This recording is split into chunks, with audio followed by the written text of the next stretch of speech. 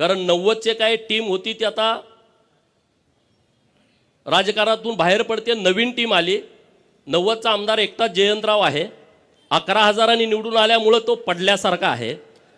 आणि जयंतरावचं दुखणं दुसरं आहे की आरआरचा पोरगा आमदार झाला आणि माझा पोरगा आमदार होत नाही, ह्याचं टेन्शन सगळ्यात जास्त जयंतरावला आहे।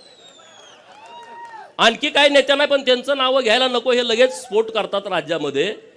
आरआर बरोबर असणाऱ्या अनेक पुढाऱ्यांचं दुखणं हे आहे की आरआरचं पोरगा आमदार झालं, मग आमचं कसं होणार, तुमचं कसं होणार? तुमची लायकी, तुमची क्षमता, तुम्ही काम केलेलं।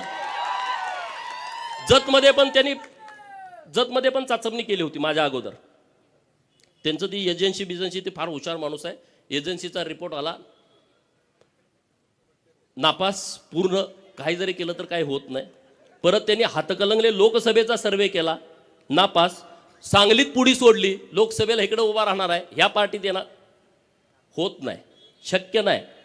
सत्ता आणि पैसा या मस्तीवरती राजकारण करायची आता वेळ गेलेली आहे, वेळ संपलेली आहे। सत्ता आणि पैशावरचं जर राजकारण असतं तर हा गोपीचंद आमदार होऊ शकला नसता। लोकांच्या हातामध्ये ह्या सगळे विषय गेलेले आहेत, लोकांच्या हातामध्ये ह्या निवडणुका गेलेल्या आहेत।